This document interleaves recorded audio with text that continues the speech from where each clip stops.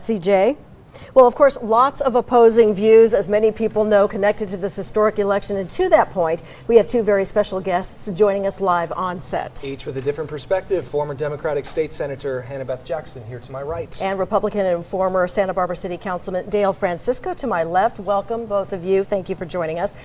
We are going to talk about Measure P, but real quickly, do you want to chime in about what we're seeing right now with the presidential race? I don't know. I'm getting an ulcer. This is really close. I am a little surprised. On the other hand, the polls did indicate this was going to be a nail biter. Yes. And it certainly is. So those 7 swing states, right? And right. It's looking like Harris needs to win Pennsylvania. It's the blue wall that's the call, apparently, and we'll see what happens. But I know there are a lot of people who are going to be up all night, probably on both sides. That's right. Dale? I decided in advance I wasn't going to worry about this. Oh, okay. There have Smart. been too many elections in my life that were the most important election in American history. So. But you are passionate about Measure P, the City College I bonds. am indeed. What would you like to say about that? I mean, it's looking like it's It passing. looks like it's going to pass. Yes. And I'm not really shocked by that. We went into this knowing that the City College Foundation had put almost $500,000 into advertising, and we've all been getting flyers practically every other day about how wonderful Measure P is. I think it was misrepresented, but with that kind of advertising, it's really hard to fight. Yeah. Aging infrastructure, yes, yes. No question. There's no question about that. But I think the reason the infrastructure has aged so quickly is because it wasn't maintained properly, and that was a choice that administration made. Well, I would have to respectfully disagree, and our community colleges are really the backbone of certainly the economy in our local communities, and Santa Barbara City College is considered actually one of the finest city colleges in the country. And so it's an investment. I think the public understands that.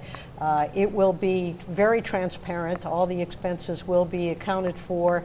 It's the continuation of a bond that was passed in 2008, and also will allow us to to access about $100 million of state money. And I say, anytime you can get money to continue your development and get it from another source, all the better for our community. So I'm pleased to see it doing well. Hopefully there will be some transparency with what they do with all of this money. That's and right. we can track what happens Right. to it. Proposition 36, increased sentencing for certain drugs and thefts and crimes under $1,000. Many people upset with retail crime going on in California. Voters really liking this one. Prop 36, 71% right now. Looks like that's going to pass with 42% of precincts reporting. And Dale, I know you were in support of this one. I did, and I think it's pretty clear that people are upset about crime in California with good reason. And what this bill really does is it gives discretion to district attorneys and judges so that people who have already committed 2 thefts, let's say for instance, can be convicted of a felony, which was always available as a choice before. This brings us back to that situation. Hannah-Beth, you don't like this? Well, you know, to kind of follow up on what Dale had said, there really wasn't any money put in to oppose it, to explain to people this is not going to be a deterrent to crime. That's what people are hoping. Well, if you make the penalties more severe, that we can reduce that amount of crime.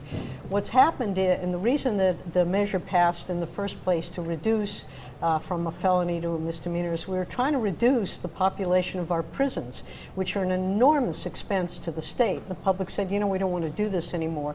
So what we've done instead is we put money into prevention. We put money into behavioral health issues, to working with people to try to reduce crime on the front end.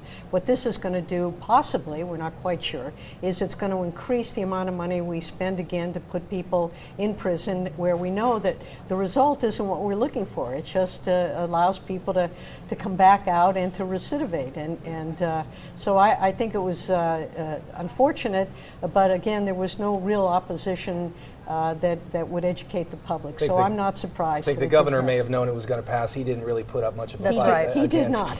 No, he All right, didn't. Dale and Hannah-Beth, thank you both very much. We have another guest with us tonight. Local political analyst Jerry Roberts has been with us now for a number of elections. Always good to have him.